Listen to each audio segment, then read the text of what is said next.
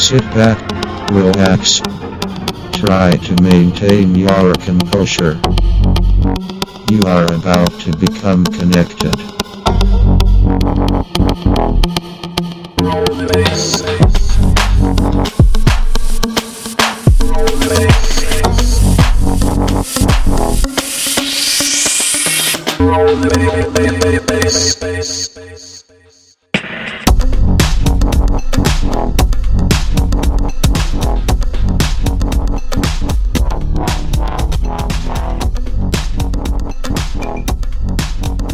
I'm introducing this one. Okay. This is Tess, and we're from the Connect podcast.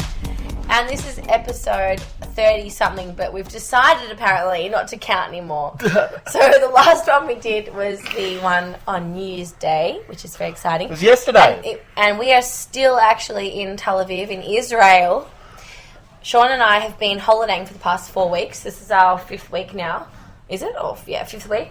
So we just sort of want to dedicate this podcast and your listening time and pleasure and dedication and commitment to the next hour or so, thank you, to our trip and the things we've experienced, the things we've seen, the insights we've had, and basically we're just going to talk our usual nonsense about things like that. We're going to give you our unbridled insight into what we've witnessed in different countries throughout Europe and the Middle East, and probably relating it back to our home motherland of Australia.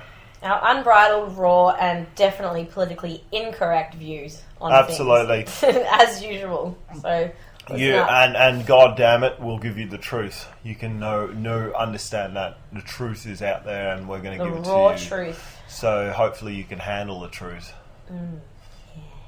Yeah. Juicy. It is. I feel just satisfied after that dinner. I don't know if I've got anything to say. Yeah, that's all I've been doing. We've been eating so much dinner lately. We've been having roast beef. We've just been eating all day long, all night long. That's it. That's what we do on holidays. Because we keep thinking that, we're pretty sure the world's going to end soon, so we thought, well, we might as well just get all the eating done. And then we're going to plummet ourselves up for the long winters ahead. Yeah. Exactly, and enjoying all the luxurious, delights we have at our disposal. Yeah. But so where did we begin? What was the first country? We started in Spain. So I'm living in Spain, and Shaun decided to come and visit me for a couple of weeks. Well, for the trip, but we started in Spain for a couple of weeks. So we started in Malaga. Yeah. So we stayed there for a while, just chilled out and enjoyed that town, which is really boring, so nothing to say there.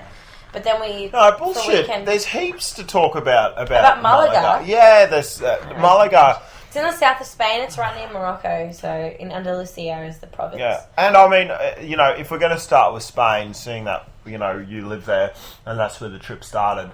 I mean, Spain is a very unique sort of society I've seen in many different ways, especially because economically it's doing terribly at the moment. But if you went to Spain and you went to all the little different, provinces or fucking... little towns that they call Spain. They all sort of look the same. All the CBD locations, they all, they all seem to... The city centres. And they've got hundreds of them dotted all over Spain, all the little city centres seem to look the same. And they're all very much, very clean. They're all very clean and very... what's the word for it? Nicely maintained. Yeah, nicely maintained, well looked after, and it signifies. I suppose we were there during Christmas, yeah. So the Christmas decorations are up. I've never seen so many Christmas lights in a place in my life. I've never been to New York. I'm sure it's fairly similar, but they very much celebrate Christmas there, and it's a very, very well maintained place for a place that's in such economic, the economic problems at the moment. Yeah, the amount of money that they're in a recession. The amount of money that they must have spent on those Christmas decorations is insane. They're all so elaborate and so nice. They're so nice. It's quite scary to think of, but it really, I think when you think about that sort of thing, it's not to say it's bad or good, but it does tell you what the Spaniards value. So they have a pool of money in the government, and they choose to spend a lot of the money on the presentation of their city during Christmas. So it's like, well, their values are obviously very, very skewed in terms of looks, I think, and possibly slightly a superficial type, this is what we're about, so that, it's mostly in the tourist areas that everything looks nice, by the way, as well. So it's like, I also think, so your tourists come over and they see it looks nice, and then they can kind of sort of fake their way through looking good. Also, maybe it's something to do with faking it till you make it. It kind of lifts the morale of the local people, having their environment and their city look so beautiful. I think that would be possibly a massive part of the Spanish culture, is being proud of your country. If I didn't know anything about global economics, didn't know anything about the European Union, didn't know anything about the euro, all the rest of it, I would have walked into that country and I would have thought, holy shit, these guys are doing fucking really well. Honestly, from what I saw, I didn't go to many very outer suburbs, but we went to Granada, we went to Malaga, Sevilla, and I mean, these places look like they're doing just fine. Compared to some places I've seen in America where it's like third world conditions. So compared to some places I've seen in London, in where else? I mean, it was one of the most well-maintained countries that I'd ever seen. So, I mean, it actually taught me a lesson in the fact that this country could be in a recession and they could be doing very poorly, and they've got 50% unemployment in youths, they've got 30% unemployment. I mean, Spain's unemployment is worse now than what America's unemployment was during the Great Depression.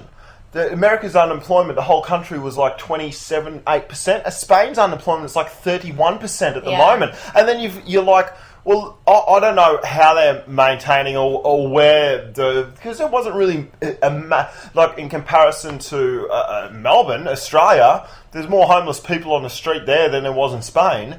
That's for sure. Yeah. Where's Portugal and all that?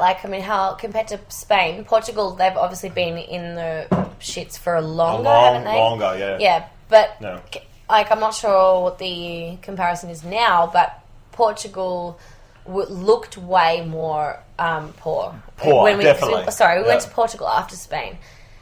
Are we up to that? Yeah, fuck it. No, it doesn't matter. We can go back and forth. So Lisbon, we went to Lisbon, and Lisbon's a great, cool city, really interesting, really beautiful. Unique, alternative city, yeah. But there were so many streets full of shops which were just abandoned, full of houses, whole apartment blocks that are abandoned, and you can tell the city is just it's running at half of its sort of energy.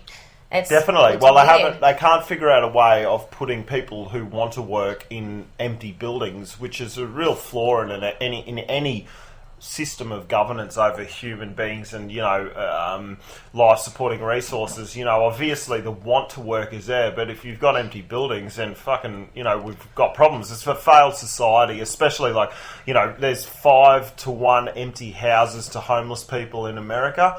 At the moment, so that's a complete and utter failure of a system that's supposed to be there for the benefit of humanity as a whole.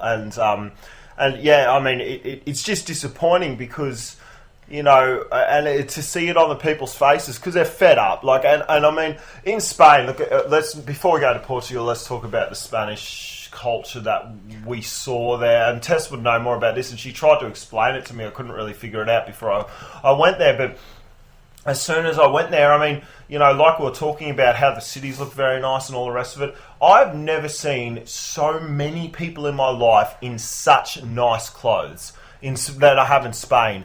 They honestly, if they're in recession, they have a way of being able to buy the best clothes and look the best they can, do their hair amazingly. Well, not necessarily buy the best clothes, but definitely do the most with the clothes they've got. They always look very But they look neat. like they were brand new. Yeah, I don't know how like they maintain old clothes to make sure they look brand new. They're there's no, to the point where they would have to spend half an hour with a lint remover trying to make sure the clothes are at the most pristine level. Like, I mean, it's an extremely superficial. I didn't really get to know any Spanish. Especially the females. All the females are wearing makeup. They all have their hair done. Big time, Even to the gym, like you go to the shops, that they're all done up. Like you can't. Spain, everyone just, that's the normal. You go out, you look nice. And they have such a culture of going out for dinner, going out for coffee. They're all very much, they live on the streets with food. And so that's what they do. They go out and they present themselves at night for dinner. And I really don't fit in. Like, I go out after the gym to the supermarket in my like shit clothes all sweaty, but that's the beauty about Australia. I mean, we can go through like one of the main fashion streets and like, you know, where we live around Chapel Street in Melbourne, Australia, and I mean, we go to the gym dressed in trackies and Uggs and whatever we want. Go to KFC wearing pajamas, and I mean, you know, people like will laugh at you. They'll like have a smile and that, but they're not going to get angry at you. Like in Spain, Tess has said that, you know, they actually like sneer at you and sort of, you know, feel a bit uncomfortable around you and that sort of thing when you've gone to the shops in sarongs after the gym and that sort of thing. Yeah, I don't know about sneering, but like, you know, they definitely sneer. It's pretty severe reaction, Shaun. Sneering. No, but they feel uncomfortable. You just get the sense of they just wonder what I'm doing. Yeah, they don't understand it. They're just like, what the fuck is this? But in Australia, it's just like, oh, whatever, that chick's weird. No worries. I don't think it's not weird. It's more just like do what you want, live your own life, sort of thing. You know, what does it inconvenience me if you're wearing pajamas buying groceries? You know, it doesn't do anything. But I think that's sort of like it sums up the Spanish people in a way. Like, I mean, it's hard to rag on. Shut up. It's hard to rag on a whole fucking culture, obviously, but I've found it difficult to find Spanish people interesting, and I think they're very gossipy and they're difficult to find depth or personal connection with, and I think they're very much stuck in this sort of hype of getting into first world conditions. So they're sort of still stuck in the excitement of becoming materialistic society with, you know, new and luxurious products, and you know, the society's developing and they're loving looking nice and all these things. I don't know if that's a really fucking stupid way of looking at it, but no, I don't think it can, because that's the only resolution I could come up with after I understand their economic position. You know, with the euro and with their current situation at the moment, and then going and actually seeing how, you know, how much effort they've put into their personal appearance, and also how much effort they've put into the cleanliness of essentially like just CBD locations of any town or city. Obviously, like they're not putting their money into maybe the welfare programs or whatever the fuck, you know, helping out. Like, obviously the money is going to making sure that shit's nice and clean and looking good on the outside. And how I don't know too much about. Too much about what's going on the inside. But if there's so much money going into your personal appearance, clothing, makeup, and all that, they definitely shop a lot. They shop. Fucking oath, they shop a lot, definitely, and they're very, very good consumers. So if there's a lot of money going into that, I can only believe that there's not money Like, when do they go home? Do they go home, put their lovely wardrobe away, and then sit on a wooden chair watching a fucking 20-year-old TV? Like, they must have something that they're sacrificing in their budgets. You know, maybe they walk to work or something. I don't know. But speaking of though putting money into cleanliness, Madrid's rubbish cleaners were on strike for like a week. And I went there during that week, not deliberately, but I just happened to be there. And yeah, like the streets of Madrid were just completely littered with crap, like rubbish, rubbish everywhere. Yeah, right. Rubbish everywhere. And it was gross, and it's like a pretty funny way for them to rebel. Like, I mean, that's definitely, the rubbish cleaners have a leg to stand on in that their job is worth something, because it's like, well if you're not going to pay, they were going to cut their salaries by 40% and fire like thousands of employees, and so they're just like, nah, fuck that, because that would have mean that they earned less than I earn, and I work 12 hours a week as an assistant teacher.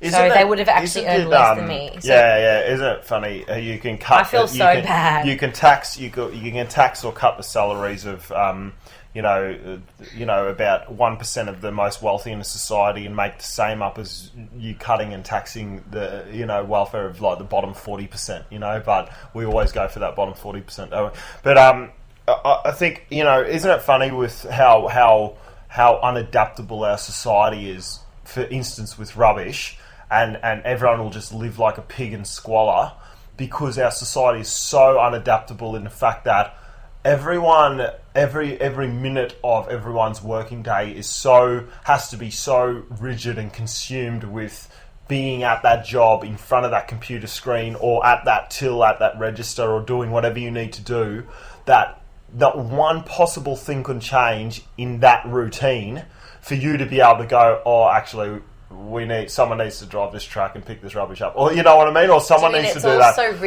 so rigid, the momentum is so fast and strong that you don't even have that moment to sort of pause and have that flexibility of thinking about how other things might work. Yeah, it's like, hold on, guys, these guys have striked and are on strike, and they've been on strike for the past 2 weeks. Rubbish is getting too much, so what we're going to do is we're going to get some, truck drivers, and then you guys are going to have to throw the rubbish in. So the truck's going to come around between this time. You guys are going to have to throw it in the truck, make sure you've separated everything, make sure you've done this and that, and that's quite a simple process to undertake, but the system's regimented in such a way, it's like, oh no, I'm going to lose productivity if I have to get my staff to do that sort of thing. I'm going to, no, how there's dare no you? room to move, there's absolutely no room to change. Everyone's every minute of everyone's lives is literally like the, that line that they're all walking on between survival and not survival. Yeah. Everyone's sort of living day-to-day budgets and...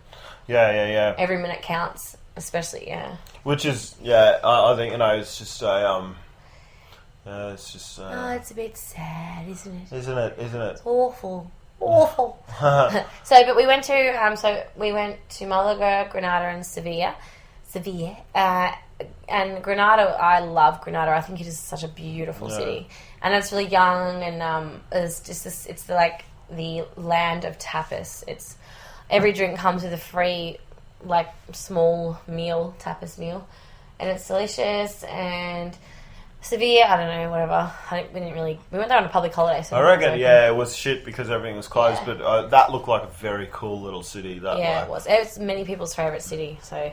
Yeah. And then we also went to... But, they've got that worked out. They've got the socialising and the food and alcohol thing. That seems to be worked out for them. They've got that, leisure downtime. They've sorted that out. They do that just as well as I've seen in Australia. Yeah, with their family time and their friends time, and they seem to have that side of life worked out. They just haven't got the work side of things worked out, as in maybe that's got something to do with the political leaders, or maybe that's got something to do with their work ethic, that's got something to do with the fact they take siestas in the middle of the day, their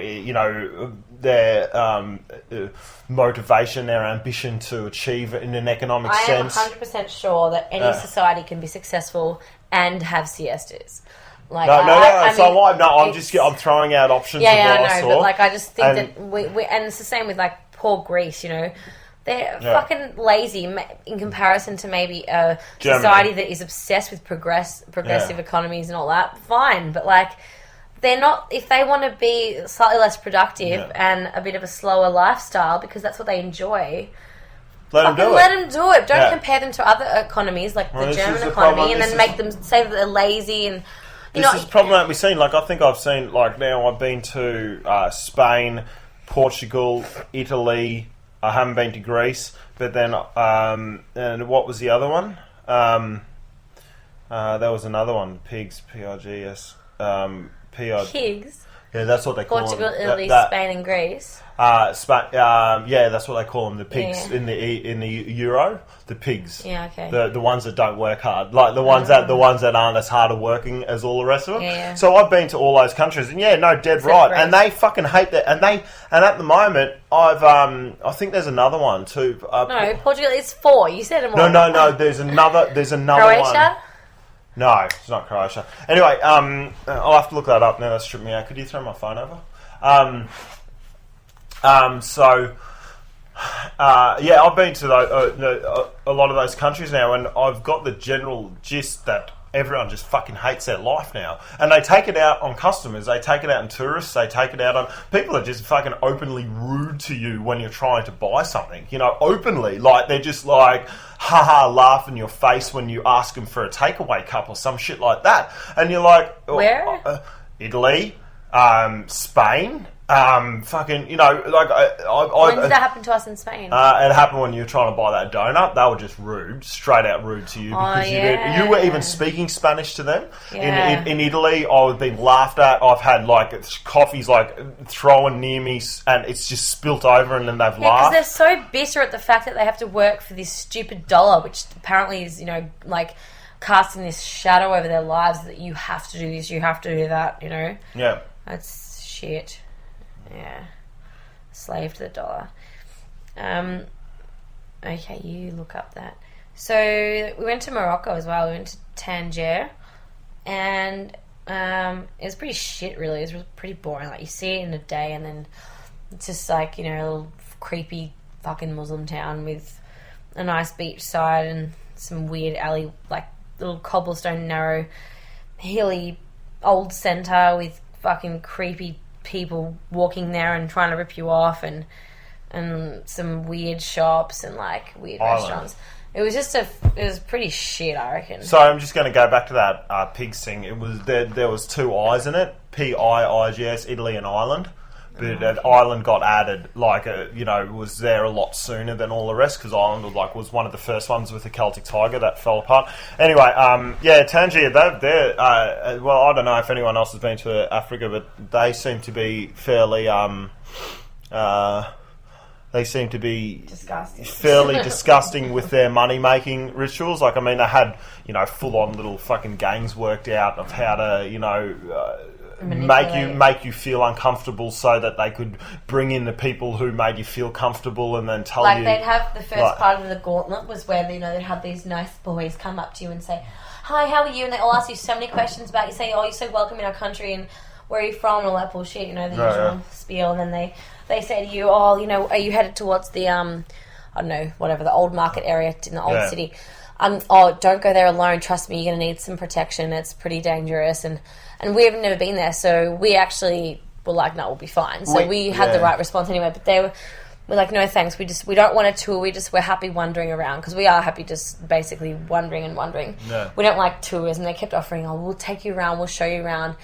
Like, no, and they just would not leave us alone. And then, like, so what happens is that because we sort of refused their advice, then people do start to become rude. But no, they call up, or they find some people, and these people, like, they must give them money, some of the money that you would give them for a tour, and then they come and fucking start being rude to you, and then these people try to protect you. Then they come back and they're like, oh, you sure you don't want us to take you around? Sure? And then these people are like yelling at you and that sort of thing, so it's very orchestrated, like, you know. And I think, look, I don't know, that's the only place I've been in Africa, so that's all I can sense. But that's the first time I really worry about it. I mean, essentially in Asia and a lot of sort of more third world countries, you know, they sort of, you know, go, oh, buy this, no, how much, and then you sort of walk away, and then that's that. You know what I mean? Like, they don't. No, they're not like personal. They're not like they're not trying to be rude to you or mean. They're just like, yeah, I gotta make some money. You know, you want this, you know, you want to buy.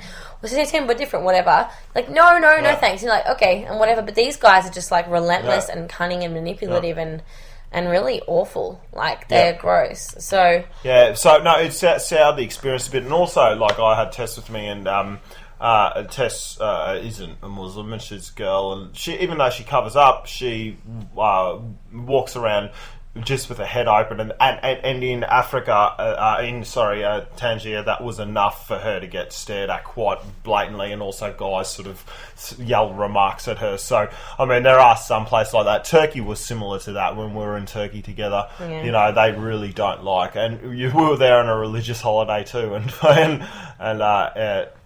Tess likes to push the boundaries and that sort of stuff. Well, I don't think that me not wearing a headdress no, that's not. Morocco was pushing the boundaries. That's quite normal. I don't see many tourists wearing one at all. Yeah. But I think that it's, you know, that whole thing about having to change your clothing for the culture that you're visiting, I think is fucked. Like, I mean... I think it is too, I think the reason is because... it's like acknowledging that their beliefs are actually legitimate and that they're acceptable. And, you know, I mean, I understand that, you know, you could just have the argument, but you're visiting their land, you know, their culture. But I don't believe in that either. No. I believe that anyone should be able to go wherever they want. And if you feel offended by what I choose to wear, you're an idiot. Yeah. And you need to sort your shit out. So I'm not willing to... But, I mean, it's not like you're wearing miniskirts. That's the thing. You're fully covering your legs, you're covering your top, you just got your head showing. So, like, that's as far as you're going. Your head is showing. Like, and if that's not good enough, then I think you really got to recheck what your culture has done to you as a person. You know what I mean? It's not like you're trying to fight the system and start wearing G-strings to nightclubs. Not that there are nightclubs there, but like start wearing. Yeah. But that whole thing, it's I think that's crazy. Like, I mean, I choose to comply. Like, if I go to one of those countries, I do make an effort to not show my legs or whatever, and it's not because I respect their beliefs and think that they have a right to actually dictate what I wear just because of their stupid beliefs, which really, their beliefs should have nothing to do with what I wear. That should be completely... You believe whatever you want to believe, but don't let those beliefs impose and create obligations for other people's behaviour. That's fucked. Yeah. But the only reason I comply, if I comply, is because I recognise that you have the force and power over me, like force-wise, you know, you're stronger than me, or you can basically just make my day shit by making it completely uncomfortable for me to walk around. So it's not that I think it's right, it's because I can't be fucked dealing with your bullshit if I do show my legs. Just want to make that clear. Definitely. So yeah, it was interesting. I would have liked to go further in, but the further in we went to a small little town further in and just got a bit shitter and shitter. So it was boring. It was really boring. I've always really wanted to go to Marrakesh because, like, my mum's travelled heaps and she says Morocco is her favourite country. And she loves Marrakesh. And so I really want to go there. I think it would be really cool. I think it'd be a lot more touristy, so it would help a bit and it'd be a bit more tolerant. Yeah. But, you know, I love Morocco, the thing, like the food and the spices and the tea and the shishas. And, you know, they've got a pretty cool culture there, I think. But it's just that it just fucking frustrates me so much that I can't just go to a country and enjoy what they have to offer and the things they have to share with us. And they want money, fine. I'm willing to give you money for the products you give me, but let's make these transactions, like, pleasant. I don't want you to manipulate me into buying something. I don't want you to make me feel like I've robbed you or you've robbed me. Let's just fucking, like, this is ridiculous. I want to be able to enjoy my time without feeling shit about every dollar I spend. That is an overall thing that we've gotten out of this trip. We have had some fairly unpleasant reactions in transactions just for no good reason, you know. Especially in Israel. Just because people don't like you. Particularly in here in Israel. They hate you. It's like, oh, what have I done? Did I hurt your family somehow? Yeah. Like, I don't understand. Or the fact that I'm using currency to pay for your shops. Yeah. Like, shouldn't you be happy? In some places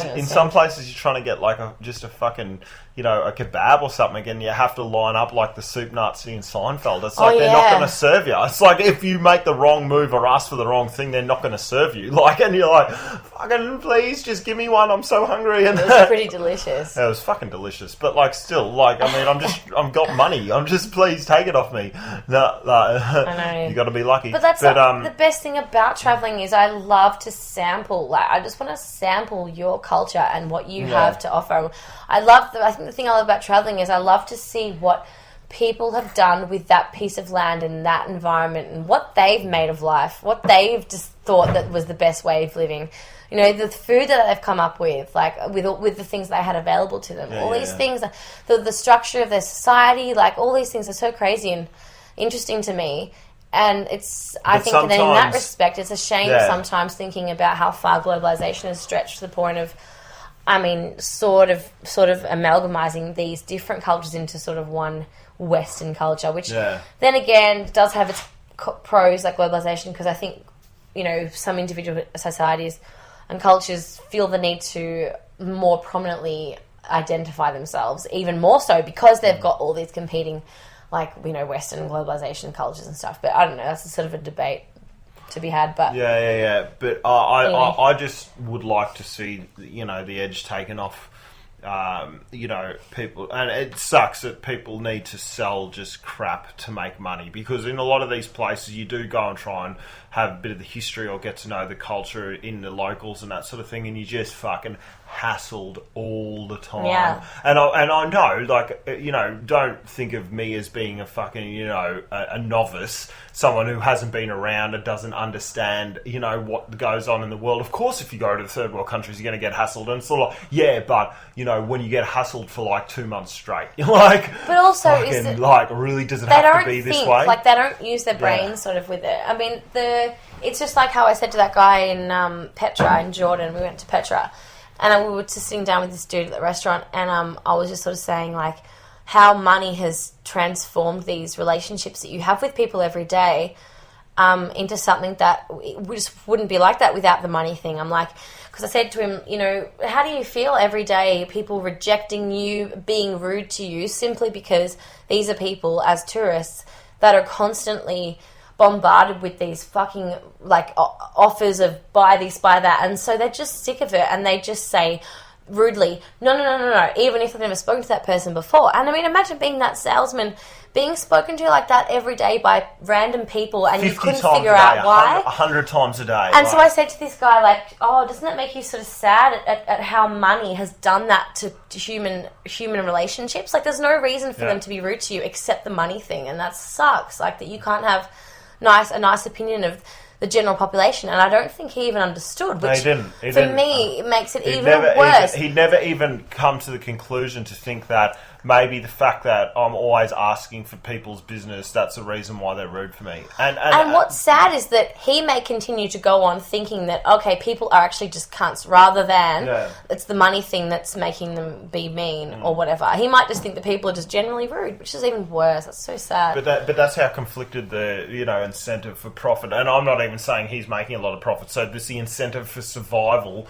but hence profit is in people's minds. They just need to do that. I'm like, you know, a lot of these people, me and Tess have come to the conclusion here, it's like, would you rather sit, because these poor bastards work like 12 hours a day just standing in the same stall, looking at the same bit of ground, sitting on the same seat. I was like, wouldn't you just go and move to the countryside and then just make some potatoes? Just grow some veggies, mate. Don't sit in this stall. Just grow some veggies and like just try and live off the land as best you can. Because they sit in these markets where there's stall after stall after stall of the same goddamn products, and you just wonder how much business there is to go around. Like you're better off growing a potato every day. Like I said, you know, there might be 4 people that own that market, and they get all the same things in off the same ships, and they just hire those people, and they say the only way you're going to make money is if you work on commission. So you've got to sell something to make your wage. So they're just out there going fucking buy.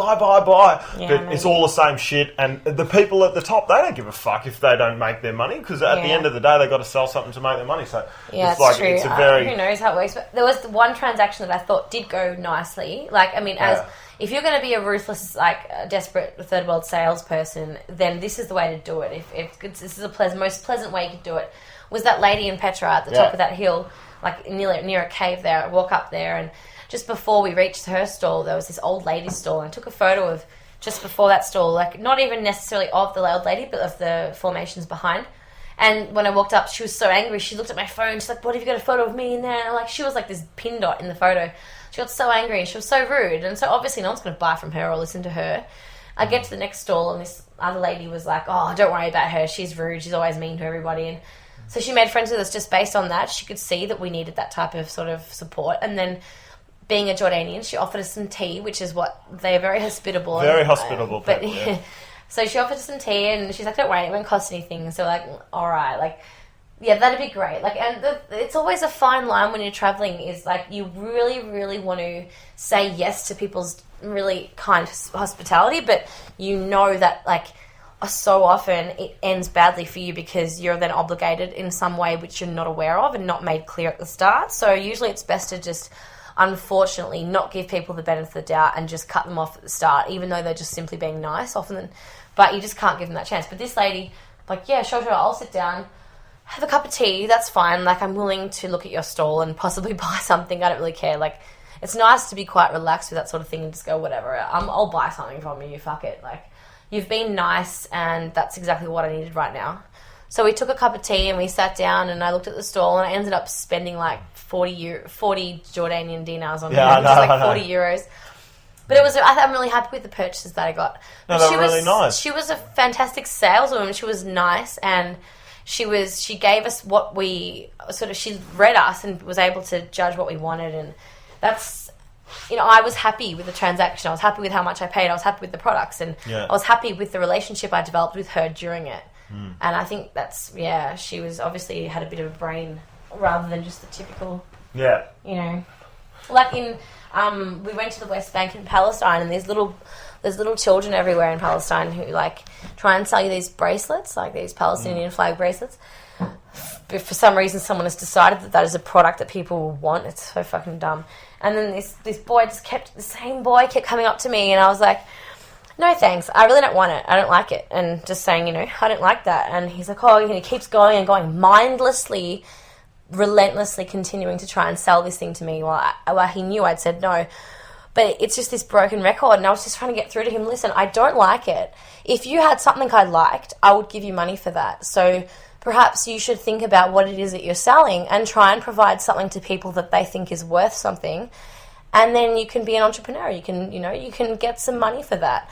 And we kept sort of going back and forth, and I just I just kept trying to make this clear to him, and it just did not sink in. This poor thing was just a broken robot, And then, half an hour later, the boy found our group again, and he asked me again, and I go, mate, oh my God, are you kidding me? You don't recognise my face, and you're asking me again? Yeah. It was really sad. Anyway, so we've skipped a bit there. Where were we up to? So we ended up going so we did Spain, and then we ended up going into Lisbon, into Portugal, and we tried to get there and check out a bit of the nightlife scene. Didn't work too well because I got the flu, unfortunately. So, Panda. Yeah, we stayed at a cool hostel. Hostel, yeah, definitely, and there was some decent people there. So, but the food in Lisbon was insane. Oh, the pastries! The pastries are amazing. Some of the best in the world. But we went a little bit of a walking tour with one of the dudes from the hostel, and he was actually saying, this is interesting information, that during, I don't know if it was World War II, it might have been sooner than that. I might be well off. Yeah. Oh, did I? Yeah. Did I say it in the podcast? During the podcast yesterday, we were talking about drugs, and you said the heroin thing, yeah? Oh, yeah. I don't know if I said it in the podcast. I'll say it again. Anyway, I'll quickly mention it again. So there was a very conservative leader, and he basically made heroin as cheap as cigarettes because Portugal owed so much money to the Navy, the government of the United Kingdom, because they were protecting Portugal's coastline. So basically, to stop riots and so forth, they made heroin so cheap, and so they decriminalised drugs. I did say this yesterday. Sorry about that. They've always had a major drug addiction problem in Portugal, and the last 10 years they decriminalised drugs, and it's cleared 50% of the addicts up, and they've had medical treatment, and they've been looked after the way they should, rather than just getting locked up in jails, because that doesn't solve anything. It's a short-term solution. So basically, that was a really interesting part of the city. But yeah, you definitely see the people in Portugal, like as the tour guy said, he goes, look, the thing is, in Portugal, they've been in a recession for such a long time. The economy hasn't been good for so long. And as you can see, some of the buildings, they haven't been used for like 50 years. You know what I mean? They've been very much down and out for quite a long time. So the people there, they sort of understand life's shit. Generations have been passed, and economy hasn't gotten any better. The people's lives, essentially the general population's lives haven't gotten extensively better in any way, shape or form. So they sort of know, they're like, that's it, this is just how life is. It's sort of a bit of a somber mood. It's a somber sort of person in Portugal, which I really came to terms with. It was cool. They were quite deep, and you could really connect with them much easier. They were so friendly there. They're so really, really friendly, and not in any way trying to get your money friendly. No, that's the thing. Not in any way superficially friendly. Like they're just trying to friend you to make the money. They're literally just like, hi, how you going? They have a chat to you. They actually care, but they're not like an extremely like they're just superficially like smiling about shit they shouldn't be smiling about. Like they're not gonna change the expression on their face unless there's a reason to do it. You know what I mean? They're just, I think, are quite a sort of deep people and sort of. They're kind of relaxed in a way because they just sort of seen it all, almost attitude, and just like, oh, whatever. They just kind of got an amused look on their face. Yeah. But they have this music genre to match all that sort of deep emotional level, which is called fado, isn't it? Fado. Yeah. Which is where like it's really sort of emotional type, like must be like Spanish sort of like, I don't know, salsa type. I don't know. Like, no, I think sort it's of really musical. Down tempo, sort of slow, sort of wailing, melodramatic music. Okay, yeah. And the men like cry and stuff to it. Cry during when they sing it and that sort of thing, and it's very it's very cultural for them to be able to get involved with that sort of thing. So Lisbon was a strange city. Like, it was a really cool, lovely city though. Like, we loved it. It was just like little bars and restaurants and cafes around every corner, and cool streets, and like very hilly, and cool trams, and it's almost like sort of a river bay harbour thingy. But one weird thing is that they got all these weird copies of all these icons from around the world. For example, like the Golden Gate Bridge from San Fran, they have a bridge exactly the same there. Yeah. The same with the San Cristobal statue in Rio in Brazil. Yeah. They've got the same statue in Lisbon. What else did they have there? They had like the Arch of Triomphe from France, which was sort of the same courtyard that seemed to be a rip off from England, and like I don't know, courtyard? Just that courtyard that they have there, the plaza where they used to bring all the slaves. That's every single Spanish, even South America city has a plaza. Yeah. So that's where all the like troops marshal and stuff like that. So that's quite normal. But yeah, it was strange. But I think the best description of Lisbon was that guy when he said it's like, she's a little girl, sort of. She's a beautiful girl that won't go out of her way to talk to you, but impress you. She doesn't sell herself to you. She doesn't sell herself. But if you ask her the right questions, and if you want to get to know her, then she will give you everything and be the most amazing city there is out there to be to you. Yeah. So, and I think he's pretty right. Like, I mean, I think if you learned a bit of the language and got involved in the city a bit, or you were there for long enough, I think it'd give you everything you wanted, you wanted and more. Yeah.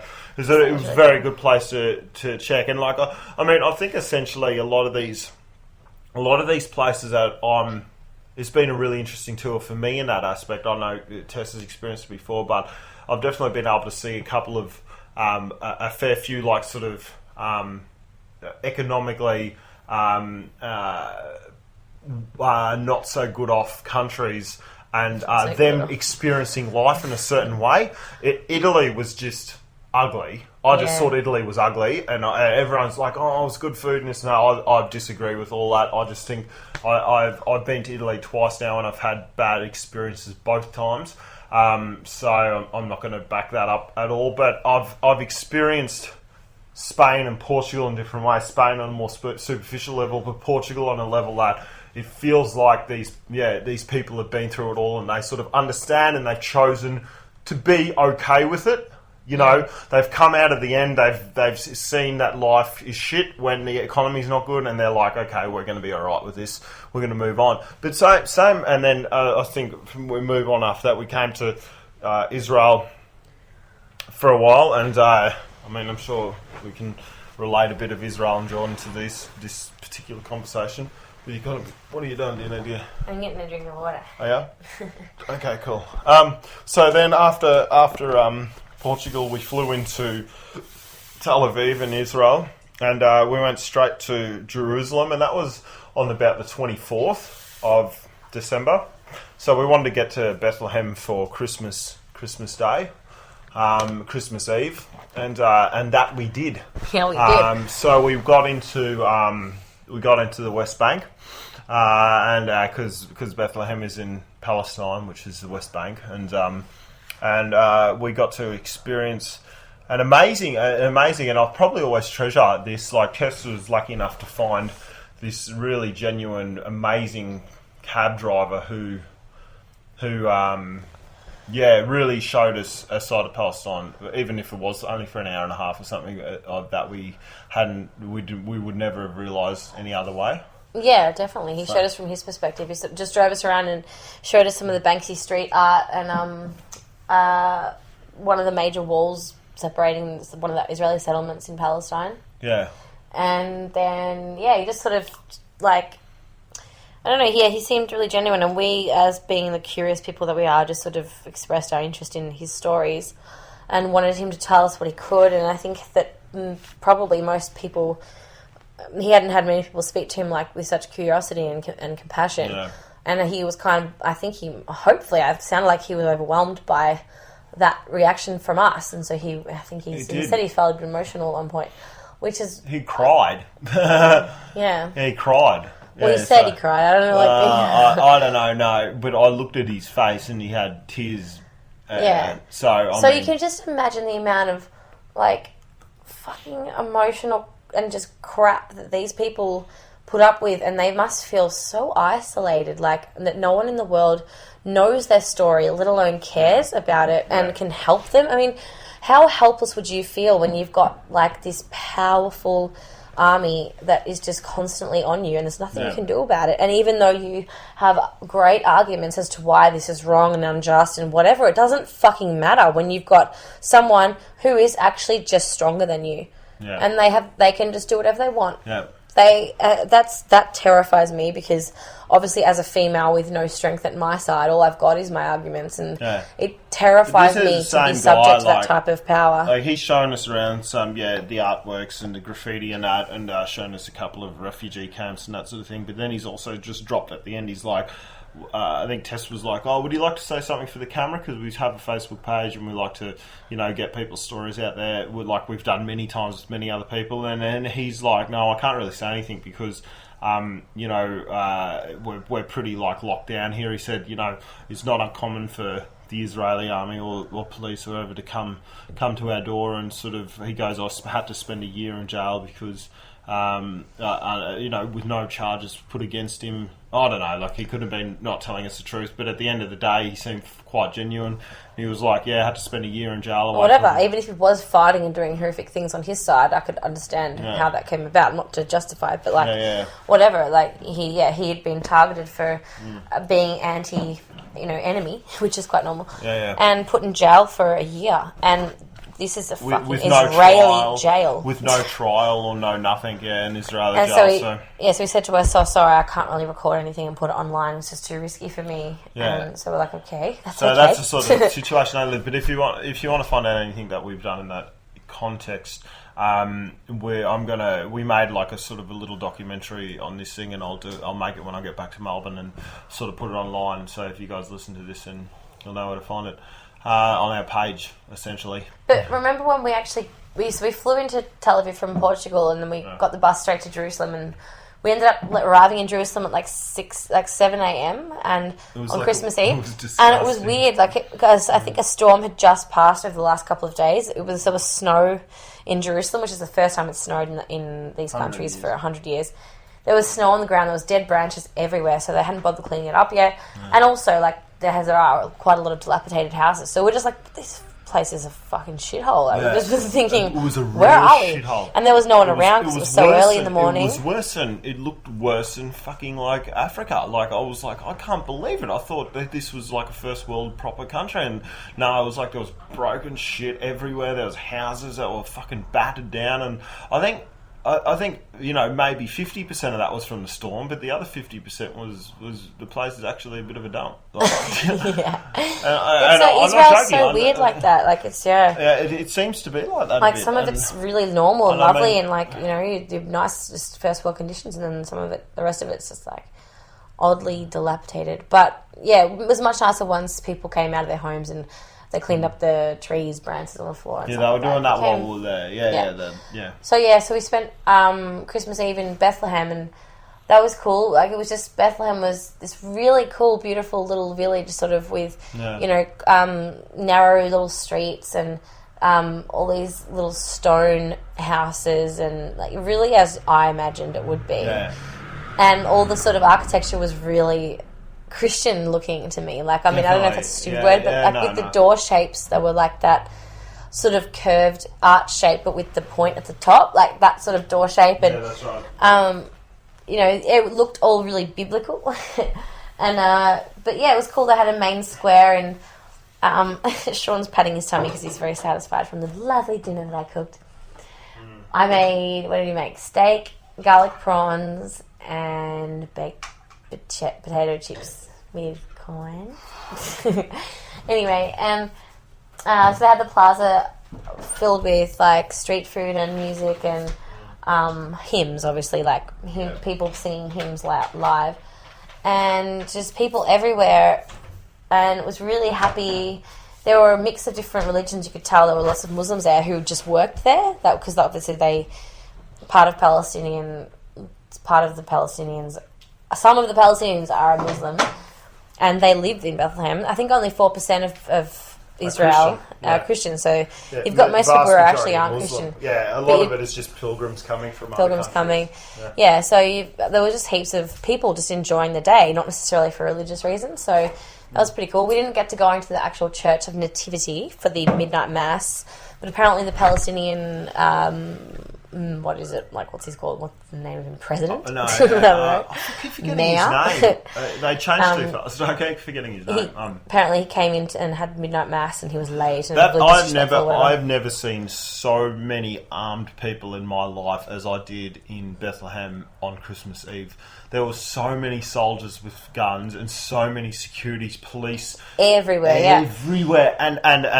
And get this, whatever you hear about Palestinian people, they are some of the friendliest people I've ever met in my life. The soldiers were amazing. They were like, I'm so sorry for holding you up. I'm so, like, I mean, you usually see a person with an M16 and you're like, we've got a power trip of some sort. Fuck that, I'm not going anywhere near this guy, or I'm not going to present an argument. You could argue with these people and they'd be like, oh, I'm so sorry for inconveniencing you.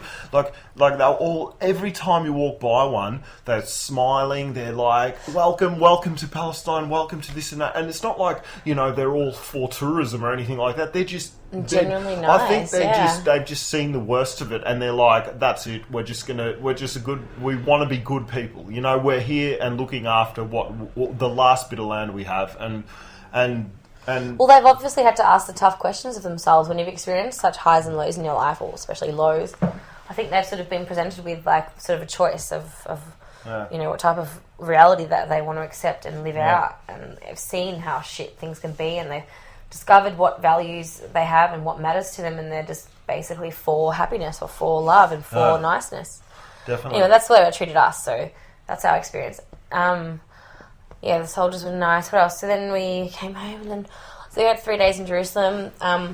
We did a tour of the old city and saw the Wailing Wall, which is the remaining part of the second temple of the Jews from back in the Solomon days, and apparently this temple was demolished by the Romans, and the Western Wall, the Wailing Wall, is the last thing remaining of it, and so all the Jews go there and just bang their head against it and pray, and they stick little notes in the wall, in the crevices of the wall, speaking to God or whatever, and that's that was a crazy spectacle, really. And now there's a mosque where the second temple was built after it got knocked down. So, I mean, there's a lot of Jews in Jerusalem, and I suppose in Israel in general around the world, that would like to see that mosque get knocked down to build a third temple, because obviously if it's built off that sort of, it's called Temple Mount, and I think that's where the next Messiah is coming, and if only they could build the third temple, everything would just be rosy. Yeah, and basically they need to build it on top of that mosque, but if they were not to knock down that mosque and build it, obviously we're talking about Third World War sort of ramifications, so that wouldn't be the best thing to do. So, I mean, you can... but it's a very interesting way to look at Israeli foreign policy when you think about that third temple, being a driving factor in the Jewish religion, especially when they're trying to push for the government to recognise Israel as a Jewish state. That's at the moment. This is actually up to date news. At the moment, I just saw a thing on Netanyahu saying he's willing to do the 2-state thing. No. The Israel, no, 2-state solution is a different scenario, but Israel being a Jewish state, the whole of Israel. Yeah, but isn't that the 2-state solution that's got to do with Palestine and yeah, but Israel. I thought that's why they don't want to let Palestine be alone because remember, we're sitting in the middle of Tel Aviv at the moment, and there's still mosques singing prayers 3 times a day. 4 times a day in Tel Aviv. So, I mean, that it's still a very, different society. It's still a very, multi-religion society at the moment. It's not necessarily a Jewish state. So, yeah. Well, what I find funny about that whole story about having to build a 3rd temple for the Jews is it's so ironic because you've got these 2 religions, or many religions, that think they're the right religion. And that, they've got these prophecies to fulfill and these buildings to build, and if everyone just did that would be, it's like if the Jews got to build that temple, it's like, everything would be grand and fulfilled, and it would be like, they would be proven right almost. This is like our religion, it would be all, everything. But then the lesson in life is to them is that you can't build this, ever. You will never be shown that. You will never have your religion proved right. You will never have anything fulfilled, any prophecies fulfilled, because of the plain simple fact that you have to respect other people in the world and their beliefs. Yeah. So it's like this ironic thing of where you believe this religion, but the lesson is that you have to respect other people, and that's the religion you should be following. Right. Yeah, and exactly. it's like nobody can win, because if someone wins, someone else has to lose, and then your whole ideology sort of collapses in on itself. That's one of the big lessons. That's one of the big lessons with religion that I've learned in this, because I was raised Catholic and I've prayed until I was 21 every night and all the rest, and then I sort of became atheist after I'd read too much stuff, as some people do. And I think essentially that's the thing that I learned, because I went to this Temple Mount place. There's sort of the Christian section, there's a Muslim section, there's a Jewish section. Well, Jewish don't really have a section; they just got a wall. But an Armenian. An Armenian, yeah, sorry, very much so, yeah, Armenian section. And I mean, they all sort of like, there is a Jewish quarter. They call it the Holy Land. There is a Jewish quarter, yeah. They call it sort of the Holy Land because all these religions combined, all these major religions around the world combined to this, quadrant of religions. This tiny space and which is barren and shit. Yeah, which is an awful landscape. It's proper desert. It's proper rocky, disgusting desert. I don't know why anyone would live here. Anyway, it'd be terrible if you had to live off the land, if there was no such thing as fucking globalization. You couldn't get product in from anywhere else. It would be awful. But anyway, so you got all these religions, and when you're standing in the middle and you're going on a tour and they're telling you about the history of all these religions all at once, it's not one-sided. It's just like, that's Jewish, that's Christian, that's Muslim, that's Armenian, and then you're like, holy shit! You're like, all this stuff was so long ago. This stuff was we're listening to Chinese whispers. Especially all I really know about is the Bible, and the Bible was written. The Bible's written about 250 years after the death of Jesus. I mean, fucking hell. I mean, even with our technology these days, in 250 years, I reckon we wouldn't be able to figure out the exact history of what happened, even with computers and technology these days. Gandhi or something. You couldn't even hardly even quote Gandhi or something. 250 years. In 200 years, we've nearly destroyed the planet. You know what I mean? I don't know what the fuck's going to happen in another 200 years. You know what I mean? The industrial civilization's nearly destroyed. Look, I'm just saying, we're putting a lot of faith in shit that's happened, and a lot of people have said a lot of things, and so many things have changed, especially I want to do more reading, but Constantinople. He was the big guy. Who just edited the fuck out of it. The whole Christianity, religion. Catholicism was completely different until he came on the scene, and he had the Bible rewritten. He had everything. The most sold book ever in humanity, the most read book ever in humanity. He had it completely rewritten. He had it changed to more hatred stuff, like these people are no good and these people are no good, and These women, too many women in here. We're getting rid of all the women. Too many women, this and that. Like, Christianity was completely different before this king came in, and I don't even know when he lived on a fucking... I want to do more research on him. I think it was the 600, I think. 600 or that something. Late. Yeah. I think so, I'll Google it. But that's still 450 years after the Bible was written. Yeah. You know what I mean? We're talking just massive amounts of time where these stories have been told and told and told and just told through, you know, thousands of generations. And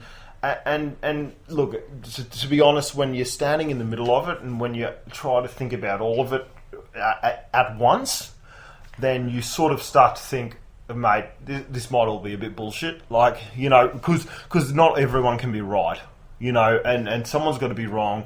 And like, how many? I think there's Constantine, not Constantinople. Sorry, Constantinople is the actual city. It was named after him. Yeah, Constantine. And then you think it's all got to be a bit bullshit, because how many versions? Could you just quickly Google how many versions of Christianity are there? How many versions of? He lived in 300 AD. So he lived just probably as after the first Bible or first version was written, maybe. Oh, okay. Like, right. Yeah, 300. What was the question you wanted? What? Can you? How many versions of Christianity are there today? I think there's like over 1,000. The God of Awkward Virgins. What? Perfect. What's an awkward version?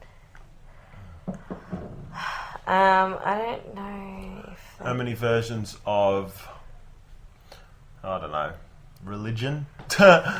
Let's broaden the spectrum. I don't think that I can find this answer. Do you want to try and find it? How many versions of religion of? No, I don't know. That's I don't too understand ambiguous. The question. I don't even know what version. Versions like you know, Orthodox Catholicism. There's virgins. No, versions. Oh my god, I was searching virgins. No, versions. Can you please look up versions? So you've got okay. There's only one. Like you've got like Lutheran. She had Jesus, right? You've got like Lutheran, Protestant, and Greek Orthodox. Orthodox. That's what I mean. Versions. Okay. Versions. That's what I mean. Please. Oh my god. Yeah. Not virgins. It's like, how did you get? But that's fucking. No, that's what you said. I think this is, you know, and this puts it in good context of like list of Christian denominations. Okay. Yeah. So we've got Catholics, Orthodox, Lutherans, Anglicans, Baptists, fundamentalists, evangelicism, Pentecostalism, Eastern Orthodox, Oriental Orthodox, Church of the East. Wait, yeah.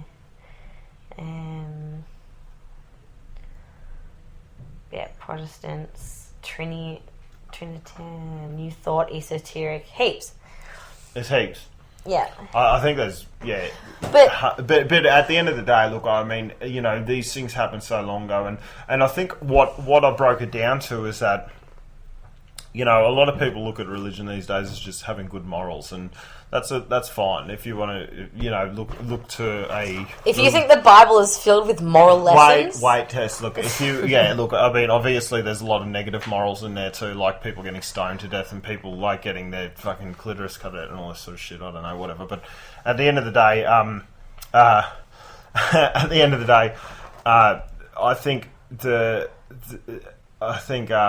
I think I forgot what I was going to say. All the religions all together are basically all about one God. Well, I mean, no, they're not, but they are. But like, yeah. Look, I think it just. But once again, see, I'm sitting here and I'm just confused with the whole process. Like, I'm like, you know, when you're sitting at home and you're, you know, praying to your one God, and you're surrounded by everyone that goes to that one church, and you sort of, you know, you can only experience life with that one sort of person who has all the same beliefs as you, then it's easy for you to understand, or for you to believe that you've got the right view on life, you've got the right beliefs. But when you come to this place, and you come to a place where you've got all these different religions and everything is like just conglomerated into this one big heap, and you hear about all the histories, you're like, that's too much. I don't know what the fuck's going on anymore. I don't know how anyone's come up to these conclusions. What I was about to say was that the one major point in all these religions was a person thousands of years ago got a message from God. Whatever prophet it was, whether it was Jesus, Muhammad, so on and so forth, they've all had a message from God in some way. Now, if you relate that to modern day terms, let's say someone that was a really good speaker, really good public speaker, was able to get the crowds involved, was able to really, speak about political issues, speak about, faith, belief issues in a way that a lot of people could understand. Let's say they came up to you and they said, I've had a message from God, and this is what it is. You would go, you're fucked in the head. You're fucking crazy, you know. And see, this is the thing. What happens if someone came up to you and said, I'm pregnant and I haven't had sex? You'd go, you're a fucking liar. Someone's fucked you. And, so a lot of these messages, a lot of these fundamental messages in a lot of religions, you got to think of it in context today. If someone came up and said that to you today, what would happen? Just because there was more primitive brains back there in those days. I think almost the point of it is that it is so obviously true what you're saying that, it's based on faith. That's it. And that's the point of it. It's not even supposed to be something that you can argue for or logically, because it's the whole purpose of religion is faith. It's faith. It is saying that beyond reason and evidence and logic of the reality that you can perceive with your senses, there is something to put your energy and faith into, and that makes you a complex and whole human being in some way, like as if that is something that our soul requires in order to be whole. Yeah. We have to use this faith mechanism of our being.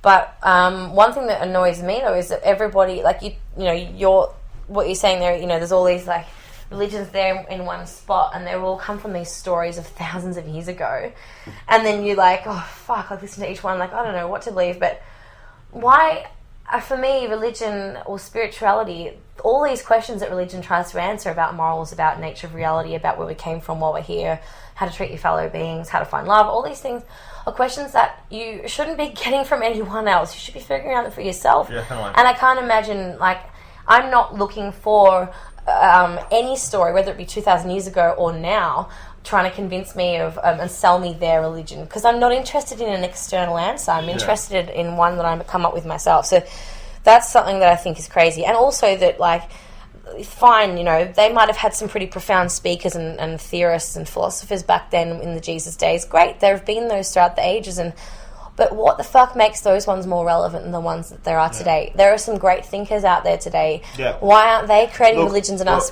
siding with them? Look, once again, like, I can't really point anyone who listens to this podcast in the direction of a person who can perform miracles from absolutely nothing, but I can definitely point you in the direction of people who can cure diseases with science, and I can definitely point you in the direction of people who have ideas which can feed the poor and eliminate, poverty in the world, and can cure disease and can educate people better. I can definitely point you in the direction of those people, and can give you a framework to think about how to be happy in life too. How to be happy in life. So I mean, I think our values are skewed these days into, like, we're putting a lot of time, a general gist of humanity is putting a lot of time into outdated faiths, but not putting the amount of time into people who can create a basically, who, if we were to listen to the right people, they can create a heaven on earth. They can create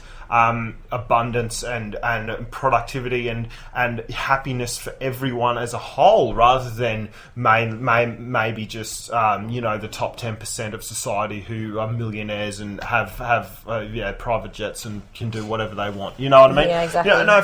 As humanity as a whole, but instead we decide to stay asleep, and we decide to. The only thing that I can sort of think, or maybe these 2,000-year-old theories are worth thinking about, is perhaps there really is this ongoing narrative of some good and evil battle, and these Christ and Antichrist, and there's a Messiah, and if that's actually happening, and it's a continuous story that is occurring throughout the human life, the age of the human, well then, okay, but sorry, it's 2,000 years ago since it was apparent and relevant to us, if it actually was ever.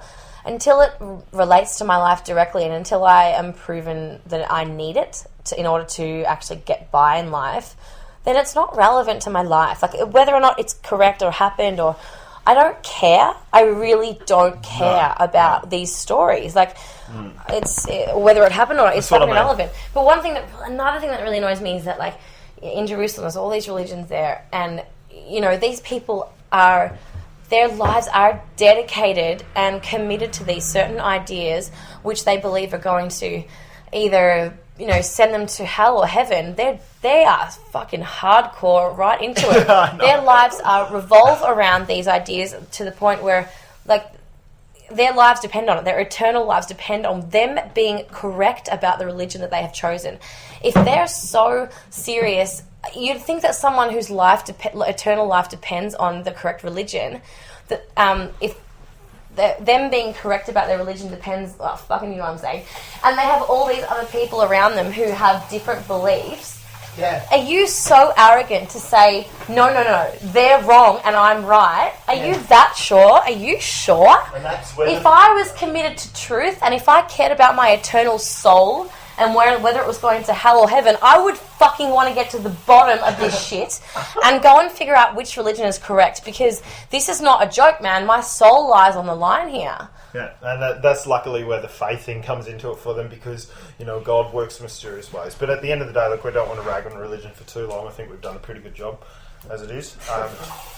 And, I can hold my head high in holding these beliefs I have, because, I've prayed for 20 years. I know what it's like to try and hold a faith in something, and then, but you mean lack of beliefs? You don't have beliefs. You have lack of beliefs. No, it depends. No, I don't call you don't have to believe anything if it's right there in front of you. Look, I think I've changed my religion. I'm no longer Catholic. But you don't have to believe that. A humanist.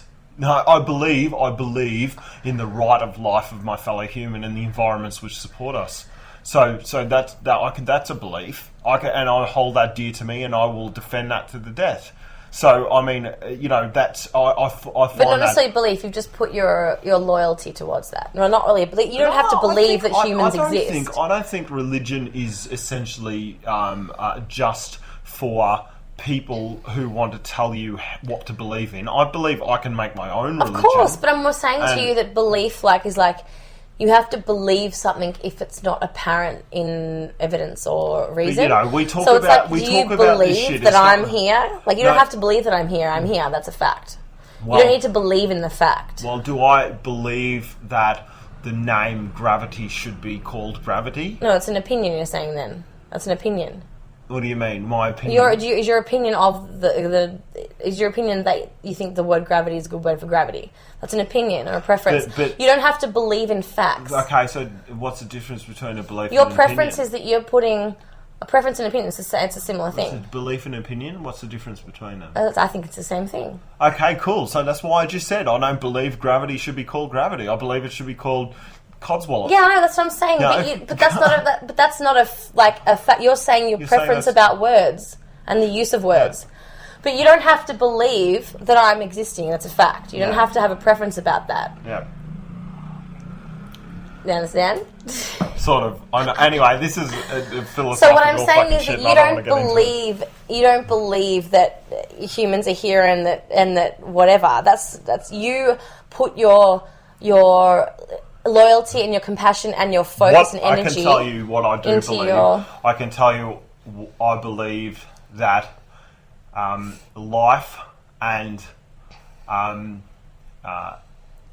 the soul and energy is much more extensive than what science can prove, and much more extensive than there is a vast void between what religion states and what science states. And I believe in that void, and I believe that there's a lot to learn, and we need to figure that out. And I believe that no one's got it right, and we've got a long time. No one's got it right. But yeah, whatever. But we've got a long time before we can figure that out. So I believe in the possibilities of the future, and See, that's the correct word No. of the use, believe, I think. Because you Yeah. can't provide me with arguments It's or also my logic or opinion, evidence. No, but that's exactly what I mean. Like, it's the same. You can't provide me with evidence as to why you believe what you believe. That's just something that you've sided with based on the information you've seen. But Yeah. you can't provide arguments. So I could say No. to you, I'm open to what you're saying, and I think that is like a massive thing to think about and consider. I think it's a great thing to explore, but I wouldn't say believe in it because I'm not willing to put my eggs in that basket. Okay. You know? Continue. What do I believe in? I believe in chocolate bunnies and chocolate pudding. Chocolate in general. No, I believe in love. That's something I believe in. There's not much I believe in because, as I said, everything's a work in progress. I don't know. I'm just, any sort of topic I'm swaying between, this answer and that answer, just depending on what, arguments are there. But one thing I believe in is love, definitely. The power of it. And that's something you can't really provide evidence for or, logic. It's just something you have to believe in and side with. And I definitely believe in it. But love is also a belief. That's what I just said, you fuckwit. Fuck it. Jesus. Okay. Everyone else is going to... I hope you guys write in and say, Shaun, you're a dickhead. You don't understand what Tess says half the time. I listen. I'm an all-ears sort of person when it comes to love. Let's give it up for love, people. Oh my God, I'm an idiot. Let's give it up for love. So, let's talk about... Okay, we were in Jerusalem, so we had the tour of the old city, that's all good. And then we had a amazing day tour of the West Bank. So the largest city in the West Bank in Palestine is called Hebron. Yeah. And we had a tour of that city from an 8-hour tour. The morning part was with a Palestinian man, and he took us around the actual Palestinian area where the Palestinian markets were, and that was where they all live. It was quite amazing to see. Yeah. And then the Israeli guy took us to his area the second part of the day. But yeah, so the Palestinian areas, we sort of were guided through Palestine and how it's divided up into different sections, and based on the type of rights, legal and rights and military rights that different authorities have there, and who gets to live there and stuff. So we've got H1, H2 and H3 and what is it, A, B, C quarters, and I've fucking done it, whatever. 1, 2 and 3, yeah. So all these different areas where the different Palestinians have different rights in either one, and we just, it's strange, he'd take us to the main street and then all of a sudden it's blocked off with barbed wire and a huge concrete barrier, and the Israelis have just put a divide up there, and the Palestinians are no longer allowed to cross that area, even though it was their main street to get to the other side of the town. And what else? The Palestinian side, we went to a house of a Palestinian man and his family who aren't really there anymore, most of them anyway. And he told us his story from his perspective, and he's lived in this house is 800 years old, and it's sort of smack bang in the middle of an Israeli settlement. So because the West Bank is dotted with Israeli settlements, so Israelis, they just get in there little fucking... Every time there's an Israeli killed, they build a house. So that's the Israeli government strategy. So anyway, look, this is all something that people can hear about when they watch the short, 15-minute documentary, I think. And they'll have visual aids, they'll have us standing in the areas and all that sort of thing. So we went to this Palestinian guy's house, and his house is, as I said, in the middle of all these Israeli houses, and so it's been quite sort of a hostile environment for him and his family to live in, because obviously there's a lot of hostility between the Israeli settlers and the Palestinians around them. So anyway, this poor man has had his life and his family terrorised by the Israeli settlers around them. And I mean, obviously, there's been back and forth between the two people, Palestinians and settlers. But just from the Palestinians' point of view, his wife... so the Palestinians don't have plumbing; they have to get their water from the roof. But the Israeli settlers have plumbing. Anyway, so the Palestinian wife had to go up onto the roof to get the water. She was 8 months pregnant. She got shot by an Israeli settler up there. 5 times in the head. She died, but the baby managed to survive because they got her to the hospital quick enough. The baby that survived grew into a boy, and then one day he went outside to what was he doing? Getting lollies or something? Getting something from the shop, yeah, lollies. But there was a curfew. There's no... the curfew was when the guy, the owner of the house got shot. The Israeli son was going to get lollies, something like that, from the shop, and one of the Israeli settlers threw acid in his eyes, so now he's blind. So, I mean, he hasn't had the best shot at life, the poor little fella. Yeah, and so, it was just... And then the Palestinian man showed us this bottle of a snake. That the Israeli settlers throw bottles of snakes at him. They throw live snakes. Oh, live snakes. They throw bottles of snakes. No, they throw live snakes at the sun, and the father has to catch the snakes, and then he puts them in bottles so he can show people. Oh my god. Yeah, live snakes, not bottles of snakes. I was like, I didn't understand that. Anyway, look, there's heaps of these things, and please, if you are interested in this stuff, we're going to make this small documentary, and we'll put it up on our YouTube channel and on the website. So please, if you're interested, if you can't find it, personally message us on Facebook on our Connect podcast page, and we'll let you know about it. So after Jerusalem, now and then we sort of went to Tel Aviv. So now we're in Tel Aviv. You're not going to talk about any more about the West Bank? No, I think we've covered a fair bit of it. Okay. And I think we've done a fair bit. So yeah, okay, cool. I mean, yeah. Look, obviously, guys, there's a lot to know, and there's a lot of interesting points, and there's a two-sided story. We're not going to say it's all one-sided. I mean, although I will happily make a judgment call on it, even though I'll make a judgment call on it, but I can understand why certain teams react in certain ways. Hamas is a terrorist organisation, and they try and influence. It was a terrorist attack.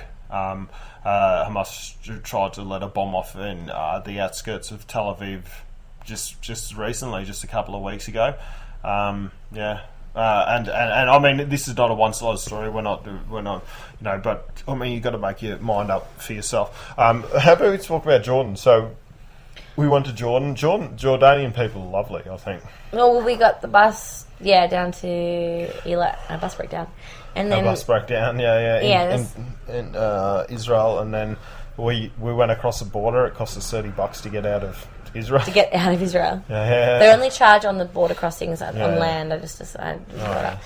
So we went to Jordan to go to Petra, to visit Petra. 2,000-year-old ruins, massive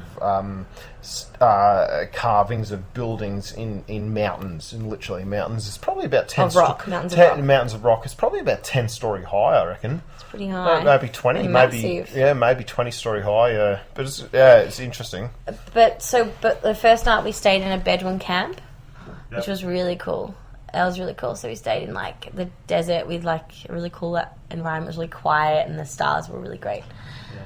And that was cool. And then so we went to Petra, which was it was really cool. Definitely really cool. Really cool rock formations there, and natural rock formations, gorges and stuff like that. And it was just a really nice day to walk around such a crazy structure in a crazy city. I mean, imagine stumbling upon that when it wasn't discovered. That would just be mind-blowing. You'd be like, what the fuck? But so it was just kind of these facades of buildings that were carved into the rock face, and then some of the door portals of the facade were actually tombs. But most of the buildings weren't even filled in at any point. It was just the facade. So it looks like there's a huge building in the rock, but it's not. Yeah. It's just the facade, so it's quite weird. It looks like you can go inside and there's 10 levels and all this sort of shit, but it's just literally a few tombs at the bottom. A few tombs, yeah. Yeah, but it was still really cool, and there was some great views at the top. Yeah. So then we went, we stayed in Jordan for another couple of nights. Yeah, the Jordanians are really friendly. Really friendly, and once again, not much money, but not really very, needy, forceful type of person. They weren't yucky about it like the Moroccans were. Yeah. They weren't, they still, obviously, they gave it a good shot to try and find a service that you needed. And they were all about, helping out their brothers. So, if you finished having dinner with them at a restaurant, they'd be like, oh, do you need a cab? Because I know someone. They'd call their friend. Yeah, and they call their friend. Do you need this for tomorrow for Petra? Everyone knew everyone. For another, the fifth sort of Muslim Islamic country I've been in, very, very not uncomfortable in the slightest. Like Tess was walking around with her head uncovered, and no one was even and a t-shirt, and no one was really even looking sideways at her. Once again, fairly liberal, and like that's where it gets to. I mean, I think the more places that I feel more comfortable in travelling with a female is the places where people are a bit more open-minded and, So they were quite tolerant there, and especially considering they are quite Muslim, because, on a Sunday morning at 4 a.m, the fucking hymns are playing over the loudspeakers in your hotel room. It's just I dreamt about them. Like, those little singing voices went into my dreams. Something else. So that was Jordan. And then again, an interesting fact is to know that only 40% of Muslims are Arab. That's a really interesting fact. What are the rest in Indonesia? The rest are Asian, yes. Yeah. But Asians don't practice as heavily as Arabs do. I think Arabs, that's why you get that connotation. Oh, I'll tell you what, though, the Bedouin people are really good looking. Apparently. Yeah, they are. I didn't see any Bedouin females, but... Yeah, no, me neither. But so like this, I think, what would you call them, indigenous people to that land? Like, in a way, like, I don't know, I guess there's no real such thing as indigenous to that, everyone's been around for so long, but the Bedouin people, like, they were so beautiful, their face structure was great, kind of looked like Captain Jack Sparrow from Pirates of the Caribbean. They looked really cool. They all had that eye makeup on, they had, like, the head dress on just like a pirate, and they were dark and nice structured faces. They were arse pirates. What? Arr. You're an idiot. Okay.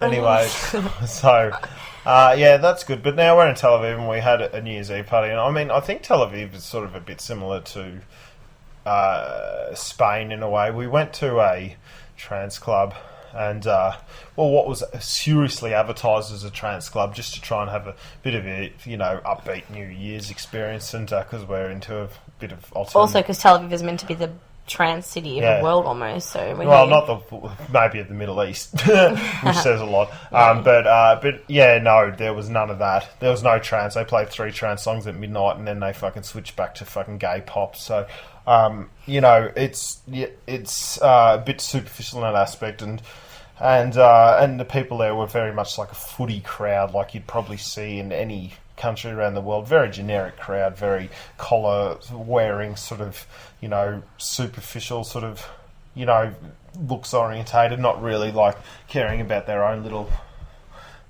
piece of the pie, their own little world. Not very alternative at all. So, but it's been very interesting. But once again, good quality food. Really good food. Really good food. Yeah. Really good. Everything's just good quality. Like it's a normal city. Just everything. It is. No. Given it being smack bang in the Middle East, it's a very it's a good city. It's an international city. Everything's quite normal, and you can feel like what's going on here, how things work. But definitely, like we were saying before, there are some scattered around just dilapidated houses that in any other city you'd be like, oh, what the fuck.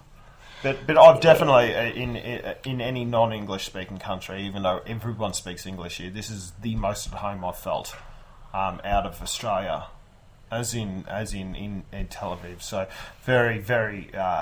you probably couldn't even call it non-English speaking. They speak so much English. They speak so much English here. But great place. And we think we've got about four days left, and then... But I want to go and explore more of Israel. I reckon we should get a bus north and just see what's going on, and just get on it and get off wherever we feel like and walk around. Because I reckon there's more to see. Definitely. But do you want to go get some snacks? No snacks. I don't know if I need any snacks. We're pretty snacked out. But anyway, guys, thanks for listening. That's sort of been the gist of our trip so far. That's what we've experienced. What the Connect has.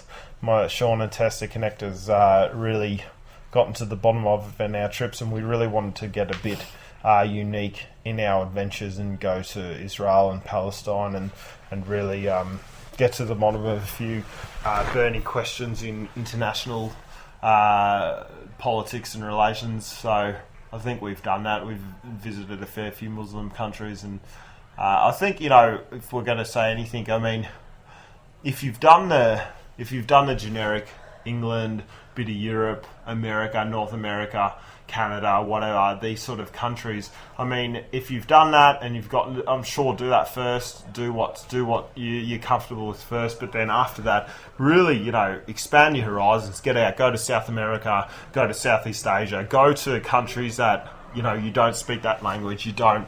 It's not comfortable for you to be in. And I tell you what, you'll learn more about yourself and more about the people who you're friends with, who you go with, than you'll ever have learnt before. So learn about how other people have chosen to live on this earth. That's right. Go and see your home planet, and then go and see all these different other types of people that have decided to do what they've done with their time here. It's crazy. It's really weird. So it's an enlightening experience. Travel is priceless, obviously. So get it in ya. Get it in here.